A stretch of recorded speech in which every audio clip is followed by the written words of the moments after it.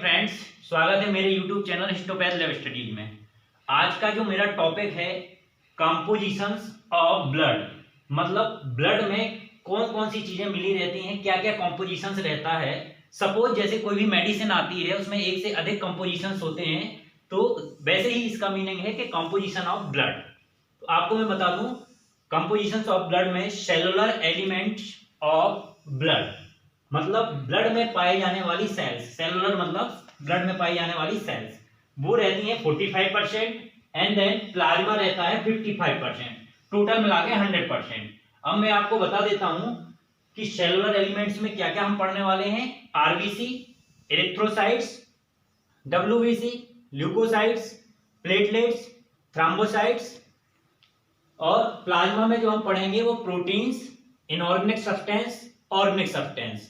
तो पहले मैं आपको कम ब्लड के बारे में बता देता हूं थोड़ा सा कि हमारी बॉडी में ब्लड जो है एक एडल्ट स्वस्थ पर्सन में बॉडी वेट का 10वां भाग होता है। और दूसरा यह है कि इसका जो एक स्वस्थ इंसान में होना चाहिए वो 5 से 6 लीटर ब्लड पाया जाता है। दूसरा बॉडी वेट का 8 से 10वां भाग, ये भी कभी कभी व्यापम या किसी भी लेबोरेटरी असिस्टेंट या लैब टेक्नीशियन के कॉम्पिटिटिव एग्जाम में जरूर पूछा जाता है कि एक स्वस्थ इंसान में कितना लीटर ब्लड होना चाहिए। तो ये आप नोट डाउन करके लिखें कि 5 से 6 लीटर होना चाहिए। बॉडी वेट का जो है 8 से 10वां भाग होना चाहिए। अब इसका ब्लड का जो है पीएच, अगर पीएच की बात करें तो पीएच जो है स्लाइटली एल्कलाइन होता है, और इसका स्पेसिफिक ग्रेविटी मतलब आपेक्षिक घनत्व ये होता है 1.050 टू 1.060, या फिर किसी किसी बुक में आपको 1.055 देखने को मिलेगा। अब ये तो मैंने आपको ब्लड के बारे में थोड़ा सा जानकारी दे दी। और जो ब्लड है उसके फंक्शंस हैं, ऑक्सीजन को ट्रांसपोर्ट करता है, किसी भी बैक्टीरियल वायरल इंफेक्शन के अगेंस्ट जो है डिफेंस का काम करता है, एंटीबॉडी का निर्माण करता है। और अब मैं पढ़ता हूं सेलुलर एलिमेंट्स के बारे में। तो सबसे पहले आरबीसी जो है इसको मेडिकल भाषा में एरिथ्रोसाइट्स बोलते हैं। एरिथ्रोसाइट की संख्या ब्लड में 4.5 टू 5.8 मिलियन, इसकी यूनिट आप कभी मत भूलिए क्योंकि मिलियन पर क्यूबिक एमएम, कई बार वो एग्जाम में पूछ लेता है उसमें यूनिट नहीं देता है, या 1 ऑप्शन 2 ऑप्शन 3 ऑप्शन 4 ऑप्शन आपको कंफ्यूज करने के लिए। तो आप जो भी टेस्ट पढ़ें या जो भी टेस्ट करें तो उसके बारे में आप यूनिट जरूर लिखें। अब आरबीसी के बारे में आपको मैं 3-4 तरीके से बताऊंगा। शेप, इसका आकार कैसे होता है, साइज कैसे होता है, नॉर्मल रेंज क्या होती है आरबीसी की, एंड लाइफ स्पैन। तो आप देखिएगा कि जो इसका शेप होता है, आकार होता है, वो वाई कॉनकेव डिस्क होता है, मतलब बीच से थोड़ी सी पिचकी हुई होती है। और इसकी जो साइज होती है वो 7.25 टू 7.35 इसकी साइज होती है। अब ये इस वाले हिस्से की साइज ये 7.2 टू 7.35 होगी, लेकिन ये इस वाले हिस्से की ये होगी 0.2 माइक्रोन इसकी थिकनेस होगी। नॉर्मल लेंथ जो आरबीसी की होती है वो मैंने आपको यहां लिखी है। और जो लाइफ स्पैन होगी आरबीसी की वो होती है 120 डेज। आरबीसी 120 दिन तक जो है जीवित रहती है, इसके बाद डिस्ट्रॉय हो जाती है, और डिस्ट्रॉय होकर वो स्प्लीन में जाती है और फिर से रीसिंथेसिस होती है, जो उससे आयरन निकलता है। उसके बाद में हीमोग्लोबिन कंटेन होता है। हीमोग्लोबिन कंटेन के कारण इसका कलर भी रेड होता है, और ये क्या करता है, ऑक्सीजन को ट्रांसपोर्ट करता है होल बॉडी में। सेकेंड आपका डब्ल्यूबीसी, तो डब्ल्यूबीसी को ल्यूकोसाइट्स बोलते हैं, और ये श्वेत रक्त कणिकाएं होती हैं। आरबीसी लाल रक्त कणिकाएं होती हैं। डब्ल्यूबीसी की जो नॉर्मल डब्ल्यूबीसी को हम डिवाइड करेंगे 2 पार्ट्स में। नंबर 1 होगा आपका TLC, total leucocytes count. Second जो होगा वो होगा डीएलसी, डिफरेंशिएट ल्यूकोसाइट्स काउंट। तो टीएलसी की जो नॉर्मल वैल्यू होगी टोटल ल्यूकोसाइट्स काउंट की वो होगी 4000, मतलब 4000 से 11,000 पर क्यूबिक mm। अब इसका एक चीज आप देखिए, अगर कि 11,000 के ऊपर WBC बढ़ जाती है तो इसको ल्यूकोसाइटोसिस बोलेंगे, और अगर 4,000 से कम हो जाएगी तो ल्यूकोपीनिया बोलेंगे। डीएलसी में हम दो तरह की सेल्स पढ़ेंगे, एक पढ़ेंगे ग्रेनुलोसाइट्स और दूसरी पढ़ेंगे ए ग्रेनुलोसाइट्स।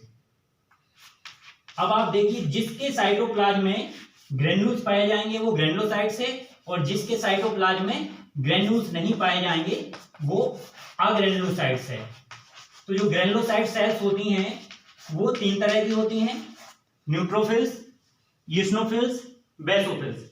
न्यूट्रोफिल्स के बारे में सबसे पहले हम जानेंगे कि न्यूट्रोफिल्स क्या क्या फंक्शन करता है, कितनी नंबर उसकी होती है संख्या, और दूसरा न्यूट्रोफिल्स जो है दिखता कैसा है। अगर माइक्रोस्कोप में देखना चाहें हम न्यूट्रोफिल्स को तो वो कैसे दिखाई देगा। तो देखिए आप, न्यूट्रोफिल्स, इसका प्रोनाउंस आपको सही करना है क्योंकि इसका मीनिंग है कि न्यूट्रोफिल्स बोला क्यों जाता है इसे। इसका दूसरा नाम जो है वो है पॉलीमॉर्फोन्यूक्लियर। इसका मैं आपको एक डायग्राम बना रहा हूं। जो न्यूट्रोफिल्स होता है उसके साइटोप्लाज्म में ग्रेन्यूल्स पाए जाते हैं, ये फाइन ग्रेन्यूल्स होते हैं और ये लाइट रेड कलर के होते हैं। देखो मैं ये रेड कलर से बना रहा हूं। दूसरा इसका जो न्यूक्लियस होता है वो होता है मल्टीलोब्ड, मतलब इसमें जो है 2 to 3 या 2 to 5 लोड पाए जाते हैं। तो इसका न्यूक्लियस जो है मल्टीलोब्ड हो गया। इसके जो ग्रेन्यूल्स हो गए वो लाइट रेड हो गए, और इसका जो डायमीटर हो गया वो होता है 10 to 14 माइक्रोमीटर। ये सारी चीजें माइक्रोस्कोप में दिखती हैं, इसलिए हम इसको माइक्रोमीटर में ही नापते हैं, या इसकी यूनिट माइक्रोमीटर में ही होती है। अब एक चीज आपको याद रखना है, कभी कभी एग्जाम में पूछ लिया जाता है सेंट्रल गवर्नमेंट के लैब टेक्नीशियन या लैब असिस्टेंट के एग्जाम में कि इसकी load depending on the age neutrophil. Neutrophil की अगर एज इंडिकेट हो रही है तो डिपेंड करता है इसके लोब के ऊपर। अगर ये, जैसे मैं बना रहा हूं आपके मल्टी लोब, अगर ये मोर देन 5 होते हैं तो इसको हाइपर सेगमेंट न्यूट्रोफिल्स बोलते हैं। लेस देन अगर 2 होते हैं तो इसको हाइपो सेगमेंट या बैंड फॉर्म बोलते हैं। तो ये डिपेंड करता है, अगर जितने ज्यादा लोब्स होंगे उसका मतलब न्यूट्रोफिल्स की उतनी ज्यादा एज होगी। तो ऐसा क्वेश्चन अगर कभी आ जाए किसी सेंट्रल गवर्नमेंट एग्जाम में या व्यापम के एग्जाम में तो ये आप जरूर नोट डाउन कीजिए। सेकेंड, न्यूट्रोफिल्स की जो नॉर्मल रेंज होती है वो होती है 40 से 70%, और जितना भी हम डीएलसी काउंट करेंगे, ये एक बात याद रखिए आप, टोटल जो सेल्स होंगी उसे 100 सेल्स में काउंट करेंगे। आउट ऑफ 100 सारी की सारी जो 5 डीएलसी सेल्स हैं वो 100 होनी चाहिए उनका टोटल। अब 70 के ऊपर अगर ये चला जाएगा तो इसको न्यूट्रोफिलिया बोलेंगे। 40 के नीचे अगर होगा ये तो इसको न्यूट्रोपीनिया बोलेंगे। दूसरा, ये इसकी लाइफ स्पैन के बारे में बताते थे, कितनी जीवन क्षमता होती है न्यूट्रोफिल की। तो न्यूट्रोफिल की जो है 48 to 72 hours in blood stream में, 48 से 72 घंटे इसका लाइफ स्पैन होती है। और इसके फंक्शंस क्या होते हैं? न्यूट्रोफिल का मेन फंक्शंस है, अगर आपको पेरिफेरल स्मीयर में या ब्लड में न्यूट्रोफिल्स की संख्या ज्यादा मिलती है तो उसका मतलब हो सकता है कि एक्यूट बैक्टीरियल इन्फेक्शन हो, इन्फ्लामेशन हो, किसी टाइप का इन्फेक्शन हो। तो फंक्शन इसका है एक्यूट बैक्टीरियल इन्फेक्शन। अब आप लोग ये देखिए कि एक्यूट का मतलब क्या है। एक्यूट का मतलब जो अभी अभी इन्फेक्शन हुआ है उसमें न्यूट्रोफिल का जो है संख्या बढ़ जाएगा। अब न्यूट्रोफिल को न्यूट्रोफिल बोला क्यों जाता है? तो एक रोमानोवस्की डाई होती है, चाहे वो लीजमैन हो, राइट हो, जिम्सा हो, जेनर्स हो, एमजीजी हो, कोई भी डाई हो, उसमें 2 कंटेंट पाए जाते हैं। ये मैंने लास्ट वीडियो में भी बताया था आपको, पर एक बार और बता देता हूं। उसमें 2 कंटेंट पाए जाते हैं, एक होता है मेथाइलिन ब्लू और दूसरा होता है इओसिन। तो जो मेथाइलिन ब्लू होती है वो बेसिक नेचर की होती है, और जो इओसिन होता है वो एसिडिक नेचर का होता है। तो जस्ट इसमें अपोजिट काम करता है। अब कैसे आपको याद रखना है, अगर कि एक सेल्स के अंदर 2 चीजें पाई जा रही हैं, एक न्यूक्लियस पाया जा रहा है, एक साइटोप्लाज्म पाया जाता है, तो न्यूक्लियस जो है आपका वो होगा एसिडिक नेचर को। आपको याद नहीं होता है, कोई दिक्कत नहीं है। दो ट्रिक है इसकी याद करने की। या तो अगर आपको पता है कि न्यूक्लियस में न्यूक्लिक एसिड पाया जाता है, सो सिंपल सी बात है, वो एसिडिक नेचर का हो गया। और मिथाइलिन ब्लू बेसिक नेचर की हो गई, तो वो कैप्चर करके ब्लू कलर देगी। और साइटोप्लाज्म जो है वो बेसिक नेचर का होता है और ईओसिन एसिडिक नेचर का होता है, तो अपोजिट कैप्चर करेगी। अब ईओसिनोफिल्स के बारे में आपको मैं बता देता हूँ। ईओसिनोफिल्स की जो नॉर्मल रेंज होती है वो होती है 1 से 6%। तो मोर देन 6, अगर 6 से ज्यादा ईओसिनोफिल हो गया तो इसको हम ईओसिनोफिलिया बोलेंगे। आप सब लोगों ने नाम सुना ही होगा। लेकिन अब एक ही संख्या है तो एक से कम क्या होगा हमारे ब्लड में ईओसिनोफिल, तो हमेशा इसको जो है ईओसिनोफिलिया ही बोला जाता है, ईओसिनोपिनिया नहीं बोला जाता। अब इसका मैं आपको डायग्राम बना के दिखाता हूं। ये न्यूट्रोफिल से जो है स्लाइटली लार्जर देन होता है, मतलब थोड़ा सा बड़ा होता है न्यूट्रोफिल से। इसके जो ग्रेन्यूल्स होते हैं वो ऑरेंज कलर के कोर्स ग्रेन्यूल्स होते हैं, जबकि न्यूट्रोफिल्स के क्या होते हैं, फाइन ग्रेन्यूल्स होते हैं। और इसका जो न्यूक्लियस होता है, न्यूक्लियस इसका स्पेक्टिकल शेप्ड या बाइलोब, जैसे आप चश्मा लगाए हो ना, चश्मा के ये 2 कॉर्नर और बीच में पाई जाने वाली डंडी, जस्ट लाइक ईओसिनोफिल। और ईओसिनोफिल के साइटोप्लाज्म में पाए जाने वाले ग्रेन्यूल्स कोर्स ग्रेन्यूल्स होंगे और ऑरेंज कलर के होंगे। किस कलर के होंगे, ऑरेंज कलर के होंगे।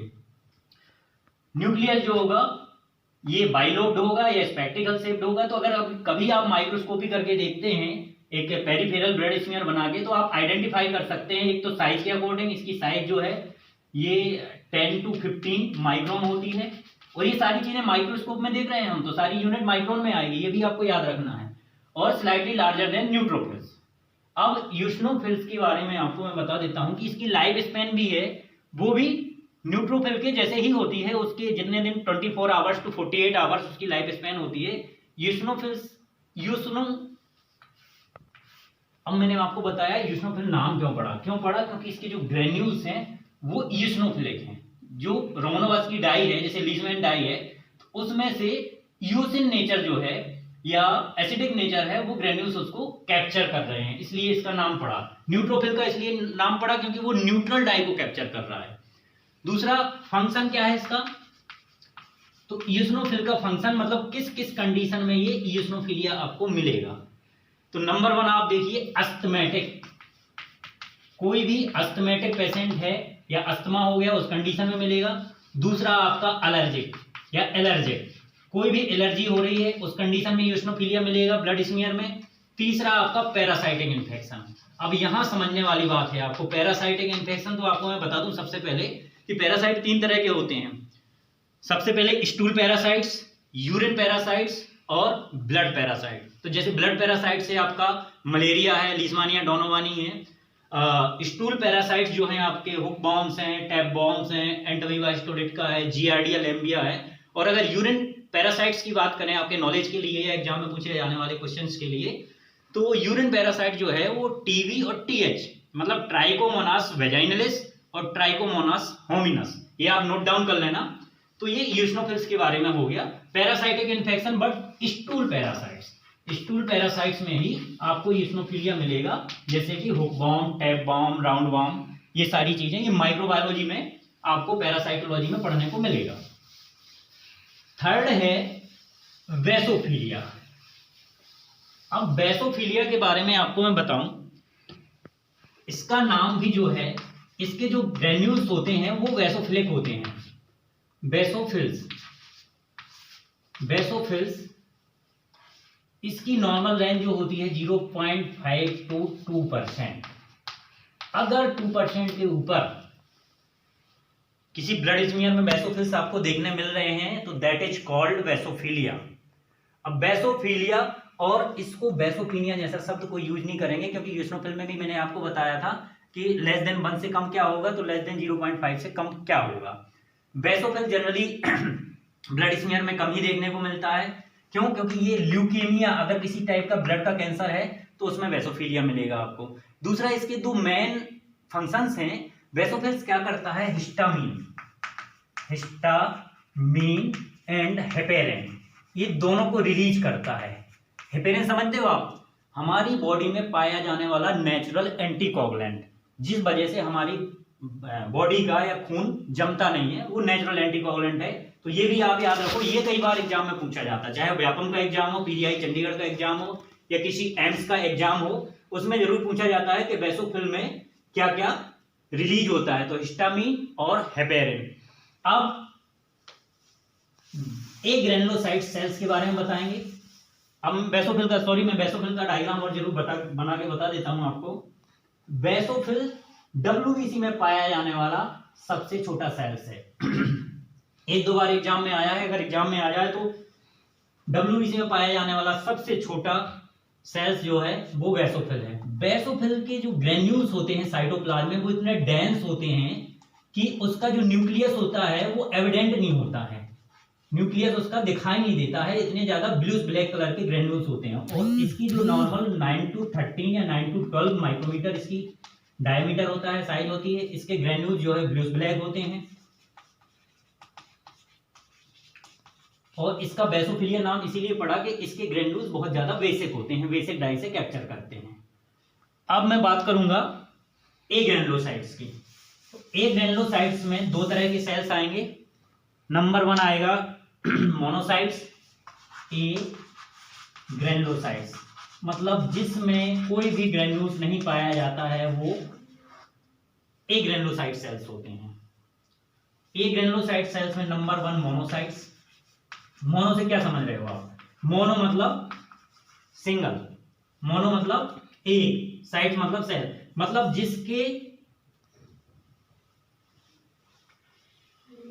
सेल्स में एक ही मॉर्फोलॉजी वाला न्यूक्लियस पाया जाए उसको हम मोनोसाइट्स बोलते हैं। मोनोसाइट्स का जो है न्यूक्लियस हॉर्सशू शेप, मतलब जैसे कि घोड़े की खुर होती ना, उस टाइप का, या किडनी शेप इसका न्यूक्लियस पाया जाता है। और डब्ल्यूबीसी में पाया जाने वाला सबसे बड़ा सेल है। बेसोफिल डब्ल्यूबीसी में पाया जाने वाला सबसे छोटा सेल है। मोनोसाइट डब्ल्यूबीसी में पाया जाने वाला सबसे बड़ा सेल्स है। इसकी जो साइज होगी वो होगी 14 to 19 माइक्रोमीटर।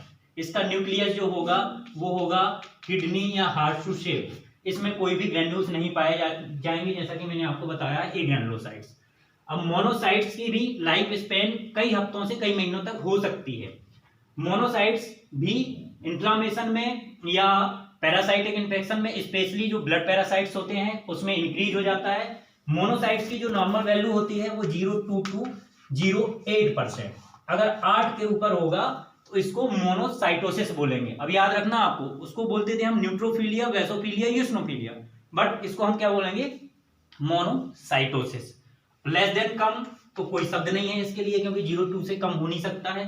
एक चीज और मैं आपको थोड़ा सा गहराई वाली बता दूं कि मोनोसाइट्स क्या करता है, ये मैक्रोफेजेस जो सेल्स होती हैं उसको पूरी तरह से किल करता है। जैसे कोई बैक्टीरियल इन्फेक्शन है, कुछ है, उसमें किल करता है। जैसे ही कनेक्टिव टिश्यू में इन्वेड हो जाता है तो ये मैक्रोफेजेस के रूप में मिलता है। मतलब जैसे ही ये कनेक्टिव टिश्यू में इन्वेड मतलब वहां पे चला जाता है तो फिर ये मैक्रोफेजेस के रूप में मिलेगा। अगर आपको कनेक्टिव टिश्यू में या कहीं भी टिश्यू में ज्यादा मोनोसाइट्स मिल रहे हैं, दैट इज मीन कि कोई ना कोई क्रॉनिक इन्फेक्शन हुआ है। अब बात करेंगे एक ग्रेनुलोसाइट्स के अंतर्गत ही हम लिम्फोसाइट्स की। तो लिम्फोसाइट्स जो है, नाम से ही समझ में आ रहा होगा आपको, जैसे हर एक मैंने डीएलसी का आपको मीनिंग समझाया कि किसका क्या मतलब है। मोनोसाइट्स, साइट्स मतलब सेल्स होता है, लिम्फो मतलब जैसे कि ब्लड स्ट्रीम में ब्लड फ्लो होता है पूरा, तो लिम्फेटिक सिस्टम भी होता है एक, जिसके अंतर्गत लिम्फ नोड, स्प्लीन, बहुत सारे लिम्फेटिक सिस्टम के अंतर्गत ऐसी चीजें आती हैं। तो इसका जो फॉर्मेशन होता है आपको बताऊं मैं, 60% जो फॉर्मेशन होता है वो होता है लिम्फेटिक सिस्टम से, और 40% जो लिम्फोसाइट्स बनती हैं वो बनती हैं बोन मैरो से। ये याद रखिएगा आप, अगर कभी क्वेश्चन पूछ दिया जाए कि लिम्फोसाइट्स का निर्माण कहां से होता है, तो 60% जो होगा वो लिम्फेटिक सिस्टम से और 40% होगा बोन मैरो से। इसीलिए लिम्फोसाइट्स का नाम पड़ा लिम्फोसाइट्स। अब लिम्फोसाइट्स होती हैं 2 टाइप्स की। Number 1 small lymphocytes, number 2 large lymphocytes. तो लार्ज लिम्फोसाइट्स के बारे में आपको बता देता हूं। लार्ज लिम्फोसाइट्स और स्मॉल लिम्फोसाइट्स, दूसरी है small lymphocytes. Small lymphocytes slightly larger than RBC. Small lymphocyte जो होगी वो आरबीसी से थोड़ी सी बड़ी होगी, तो अब आरबीसी को है पर स्लाइटली लार्जर देन आरबीसी। अब दूसरी चीज आपको देखना है कि लिम्फोसाइट्स का फंक्शन क्या है। लिम्फोसाइट्स का जो फंक्शंस है ये क्या करती हैं, इम्यूनोग्लोबुलिन्स का निर्माण करती हैं। इम्यूनोग्लोबुलिन्स का निर्माण करने के लिए लिम्फोसाइट्स और प्लाज्मा सेल्स दोनों तरह की सेल्स मिलके हमारी एंटीबॉडी का निर्माण करती है, इम्यूनोग्लोबुलिन्स का निर्माण करती है। तो अब आपको ये देखने वाली बात है कि लिम्फोसाइट्स की जो संख्या है वो 20 to 40% है। इसका मैं डायग्राम बना देता हूं लिम्फोसाइट्स का। Large lymphocyte, small lymphocytes. इसका जो न्यूक्लियस होता है वो एसेंट्रिक होता है, पूरी तरह से सेंटर में नहीं पाया जाता है। तो अगर 40% के ऊपर आपको लिम्फोसाइट्स मिलती हैं तो लिम्फोसाइटोसिस, और अगर 20% के नीचे अगर लिम्फोसाइट्स मिलती हैं ब्लड स्मीयर में तो लिम्फोपीनिया। अब ध्यान देने वाली बात यह है कि नंबर ऑफ 100 में ही काउंट करना है हमें टोटल डीएलसी। तो नंबर ऑफ 100 में काउंट करने के लिए आपको अगर लिम्फोसाइटोसिस होगा तो क्या मिलेगा, न्यूट्रोपीनिया। अगर लिम्फोपीनिया होगा तो क्या मिलेगा, न्यूट्रोफिलिया। अब ये चीज याद रखना है आपको कि हमने पढ़ा था जो न्यूट्रोफिल में जो पढ़ा था कि न्यूट्रोफिल जो है एक्यूट बैक्टीरियल इन्फेक्शन में इंक्रीज होता है, और लिम्फोसाइट जो होता है लिम्फोसाइटिस क्रॉनिक बैक्टीरियल इन्फेक्शंस में ये इंक्रीज होता है। जैसे क्या हो सकता है, टाइफाइड हो सकता है, ट्यूबरकुलोसिस हो सकता है, ये सारी कंडीशंस हो सकती हैं। और दूसरा मैंने आपको जो महत्वपूर्ण बताया किसी भी एग्जाम में पूछा जाने वाला क्वेश्चन कि इम्यूनोग्लोबुलिन्स का कहाँ से निर्माण होता है, तो वो लिम्फोसाइट्स और प्लाज्मा सेल्स दोनों मिलकर क्या करती हैं, इम्यूनोग्लोबुलिन्स का निर्माण करती हैं। इम्यूनोग्लोबुलिन जो है एंटीबॉडी हैं जो हमारी बॉडी को इम्यूनिटी प्रोवाइड करती हैं। अब लास्ट जो सेलुलर एलिमेंट्स है वो है प्लेटलेट्स। प्लेटलेट्स को हम क्या बोलते हैं, थ्रोम्बोसाइट्स। प्लेटलेट का जो फंक्शन होता है वो होता है किसी भी टिश्यू में जब कोई भी इंजरी होती है तो वहां पे आके कोलेजन फाइबर्स और प्लेटलेट्स जो है एडिटिव होने लग जाते हैं, और वो अपना जो कैस्केड होता है, क्लॉटिंग कैस्केड होता है, वो वहां पे प्रोथ्रोम्बिन और फाइब्रिनोजेन फैक्टर इन्वॉल्व होकर ब्लड को क्लॉट करते हैं। ये प्लेटलेट्स का फंक्शन है। तो प्लेटलेट्स के बारे में, ये प्लेटलेट्स सबसे सेलुलर एलिमेंट्स में सबसे छोटी पाई जाने वाली सेल्स है, और इस सेल्स में हल्के हल्के जो है न्यूक्लियस पाए जाते हैं। अगर ये बोन मैरो में मिलती है तो इसको मेगाकेरियोसाइट्स के नाम से जानते हैं, और इसकी साइज जो है 2 to 4 माइक्रोन होती है। अब एक चीज और याद रखना है आपको कि प्लेटलेट्स का सबसे ज्यादा क्वेश्चन पूछे जाने वाला ये है कि इसका नॉर्मल टेम्परेचर क्या होता है। मतलब अगर आप ब्लड बैंकिंग में प्लेटलेट्स को रखोगे तो इसका टेम्परेचर जो होगा 22 डिग्री सेंटीग्रेड, और इसको प्लेटलेट एजिटेटर में रखते हैं। वो इसलिए रखते हैं प्लेटलेट एजिटेटर में क्योंकि प्लेटलेट का फंक्शन ही होता है क्लॉटिंग मैकेनिज्म को बनाना, मतलब क्लॉट करना। तो प्लेटलेट एजिटेटर क्या करता है, उसको ऐसे एजिटेट करता रहता है। दूसरा, प्लेटलेट्स की जो नॉर्मल वैल्यू होती है वो होती है 1.5 लाख से 4.0 लाख पर क्यूबिक mm। अब एक चीज देखने वाली है, प्लेटलेट 4 लाख के ऊपर मिलेगा तो थ्रोम्बोसाइटोसिस, और अगर 1.5 लाख के नीचे मिलेगा तो थ्रोम्बोपीनिया। अब थ्रोम्बोपीनिया बहुत सारी कंडीशंस में मिल सकता है। एक तो मिल सकता है प्लेटलेट परप्यूरा, दूसरा मिल सकता है डेंगू, तीसरा मिल सकता है किसी टाइप का बैक्टीरियल इन्फेक्शन हो। और अगर प्लेटलेट थ्रोम्बोसाइटोसिस मिलता है तो थ्रोम्बोसाइटोसिस किसी भी ब्लीडिंग डिसऑर्डर या किसी भी क्लॉटिंग डिसऑर्डर में मिल सकता है। दूसरा कॉम्पोजिशन है वो है प्लाज्मा। तो प्लाज्मा हमारे ब्लड में पाया जाता है 55%। अब 55% में भी जो वाटर होता है वो होता है 90 to 91%। प्रोटीन्स होते हैं वो होते हैं 7%, और इनऑर्गेनिक और ऑर्गेनिक दोनों सब्सटेंसेस जो होते हैं वो होते हैं 1%। इनऑर्गेनिक और ऑर्गेनिक सब्सटेंसेस जो होते हैं वो होते हैं 1%।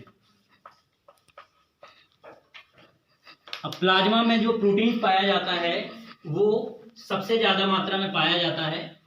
इसमें दो तरह के महत्वपूर्ण प्रोटीन्स पाए जाते हैं। Number 1 albumin. एल्बुमिन होता है 4%। एल्बुमिन क्या करता है, हमारी बॉडी का ऑस्मोटिक प्रेशर मेंटेन करके रखता है।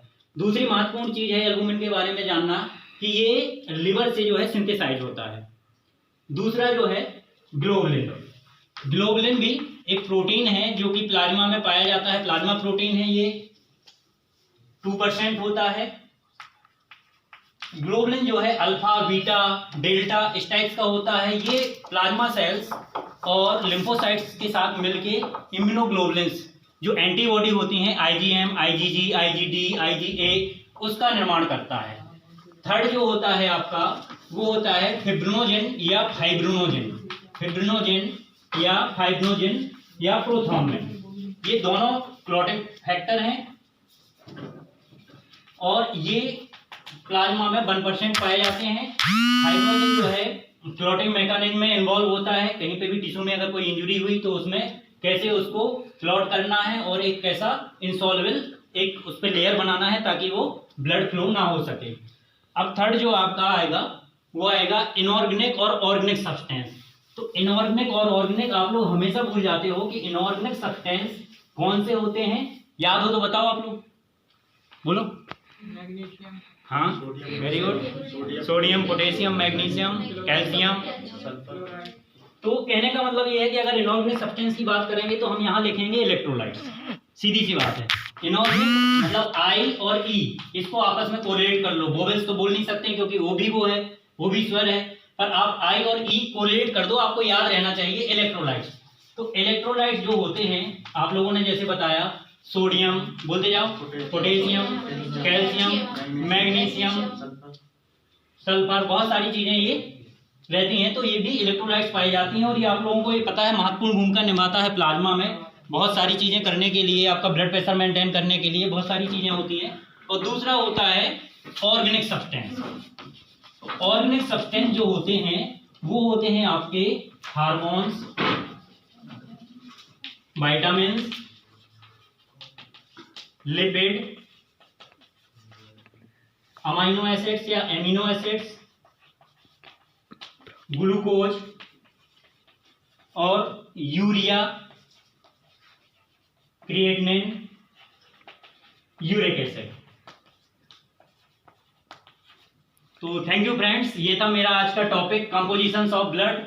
ये डीएमएलटी, बीएमएलटी, एमएमएलटी एग्जाम में भी, यूनिवर्सिटी एग्जाम में भी पूछा जाता है कंपोजिशंस ऑफ ब्लड। और कोई भी कॉम्पिटिटिव एग्जाम होता है, चाहे वो आपका सेंट्रल गवर्नमेंट का एग्जाम हो या व्यापम का एग्जाम हो, एनएचएम का एग्जाम हो, तो उसमें से बहुत सारे जो हैं क्वेश्चंस तैयार होते हैं। प्लीज देखिए, मेरे चैनल को सब्सक्राइब कीजिए, बेल आइकॉन जरूर दबाइए, ज़्यादा से ज़्यादा शेयर कीजिए। Thank you.